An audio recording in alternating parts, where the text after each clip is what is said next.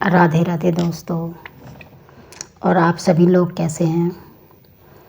तो मैं अपनी कहानी जारी रखते हुए आगे का पार्ट बताना चाहती हूँ कि जब मैं अकेली निकल गई थी अपने डिलीवरी केसेस के अंदर, तो मैं बाहर जब पहुँची तो क्या कहते हैं, इतनी परेशान अवस्था में पहुँची कि कोई मुझे सहारा नहीं मिल रहा, ना ही मेरे पास इतने पैसे थे कि मैं रिक्शा करके जाऊं। कैसे तैसे मैं बस में गई हॉस्पिटल में, और वहाँ पर जो है मैंने अपने बेटे को जन्म दिया। और जन्म देने के बाद दूसरे दिन पता नहीं कैसे उस आदमी को पता चल गया, मुझे तो पता नहीं। तो वो आया हॉस्पिटल में, और जैसे उसे ये पता चला कि बेटा हुआ है, तो आते ही वो तो हो बहुत खुश हो गया। वो तो मिठाइयाँ बांटने लगा, मेरा बेटा हुआ है, मेरा बेटा हुआ है, मेरा बेटा हुआ है।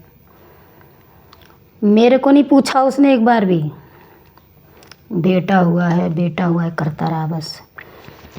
चलो कोई ना, बेटा हुआ है, कोई दिक्कत नहीं है। फिर मुझे तीसरे दिन जो है छुट्टी मिली, फिर मैं घर आई। घर आने के, आपको ये तो मालूम है मैं ऐसी बातें शेयर कर रही हूँ लेकिन करनी नहीं चाहिए मुझे, लेकिन फिर भी मैं बताना चाहती हूँ। अगर मैंने शेयर किए तो स्टोरी को थोड़ा सा पूरा ही करना चाहती हूँ, मैं बताना चाहती हूँ सच्चाई उस आदमी की।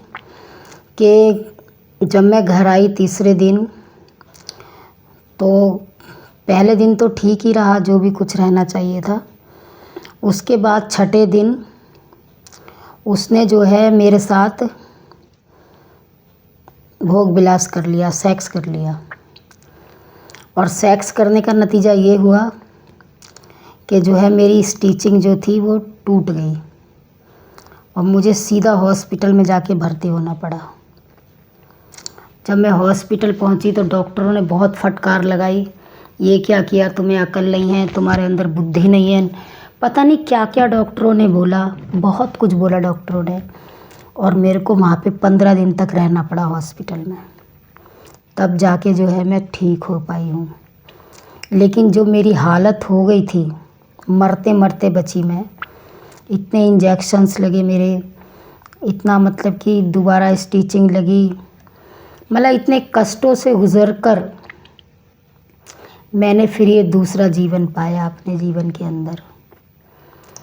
क्या बताऊँ, आजकल की लड़कियां तो इतना दुख झेल ही नहीं सकती जितना कष्ट मैंने उठाया अपने जीवन के अंदर। फिर जब मुझे छुट्टी मिली तो घर आने के बाद उस आदमी ने मेरे बच्चे को मेरा दूध तक नहीं पीने दिया। उसने मेरे सामने एक कंडीशन रख दी कि मेरे को अपना मकान जो है, अपना फ्लैट उसके नाम करना पड़ेगा, तब मुझे वो बच्चे को दूध पीने के लिए ला सकता है। क्योंकि बच्चा वो अपनी माँ के पास छोड़कर चला गया था, और रोज़ आ रहा था, रोज़ जा रहा था।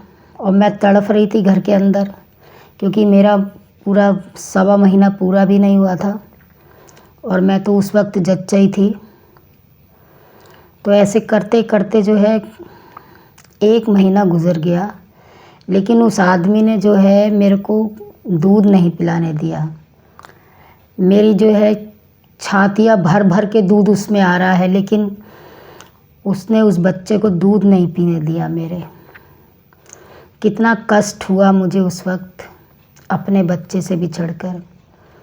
ये वही जान सकती है माँ, एक नारी जान सकती है कि जो अपने पैदा होने वाले नवजात शिशु को दूध भी ना पिला सके। एक तो वो नारियाँ होती हैं जो दूध नहीं पिलाना चाहती ताकि उनका फिगर ख़राब ना हो जाए। एक मैं नारी थी बदनसीब, जिसने अपने बच्चे को कलेजे से लगा के दूध तक नहीं पिलाया। इतने कष्टों के बीच गुज़र रही थी मैं। जब ऐसे करते करते 1.25 महीना गुज़र गया, उसका जो है उसका टॉर्चर करना बंद नहीं हुआ, मतलब उसने मुझे बच्चे से नहीं मिलवाया। रोज़ मुझे फोर्स करता था। जब मैं नई नई माँ बनी थी और वो भी फर्स्ट टाइम, मुझे इतना मारा उसने, इतना मारता था मुझे दिन रात कि प्रॉपर्टी मेरे नाम कर दो, मेरे नाम फ्लैट कर दो, ये नहीं तो मैं तेरे को बच्चे से कभी नहीं मिलने दूँगा। मैं इतनी टॉर्चर हो गई कि मैंने जो है उस घर को ही छोड़ दिया जो मेरे नाम से फ्लैट था। मैं चली गई सीधी गुरुद्वारे, अमृतसर गुरुद्वारे। बस क्या कहूँ मैं, जब मैं गुरुद्वारे गई तो वहाँ मैंने अपना 1 महीना गुजारा जैसे तैसे। फिर उसने मुझे जगह जगह ढूंढना शुरू कर दिया कि कहाँ हूँ मैं, कहाँ हूँ। फिर उसने इस मौके का फ़ायदा उठाकर मेरे फ्लैट पर ही कब्जा कर लिया, और फ्लैट पर कब्जा कर लिया और एक बड़ा सा डॉग पाल लिया उसने।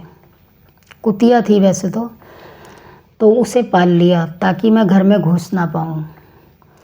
और नॉर्मली आप लोग जानते हैं कि कुत्तों से तो सबको अधिकतर डर लगता ही है, वो भी इतना बड़ा कुत्ता।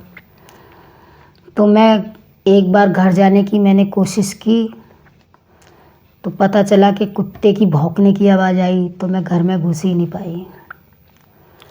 उस घर को लेते लेते बहुत परेशान हो चुकी थी मैं, लेकिन वो आदमी नहीं माना। मैंने कंप्लेंट करी कितनी पुलिस में, नारी निकेतन, पता नहीं कहाँ कहाँ मैं कौन सी जगह नहीं गई। दिल्ली के हर एक नारी का जो होता है, क्या कहते हैं, कोर्ट होता है, सिविल कोर्ट होता है, पता नहीं कौन सा होता है, मैं हर जगह गई, लेकिन कहीं भी कोई बात ही नहीं बनी। मतलब वो पता नहीं क्या करता था, पैसा खिलाता था, क्या करता था वो, कि एक बार को तो सब ऐसा आश्वासन देते थे मेरे को कि हाँ भाई सब काम तुम्हारा हो जाएगा, लेकिन उसके बाद जो है फिर वो काम होता ही नहीं था। जैसे कोई घर पहुंचा, बस घर पहुंचते ही उससे मिलते ही बात ख़त्म हो जाती थी।